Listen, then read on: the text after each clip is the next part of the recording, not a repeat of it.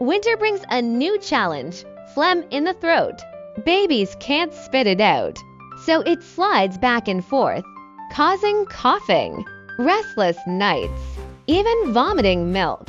It's worse if they're overweight, have eczema, or a family history of asthma. Parents often rush from hospital to hospital, but oral medicines don't always help, and antibiotics are often unnecessary.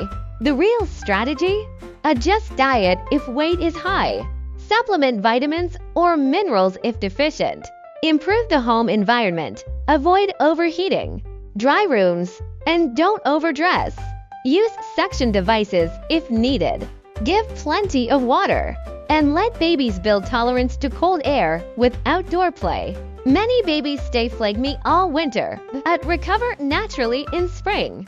Want more winter care breakdowns? Subscribe and comment.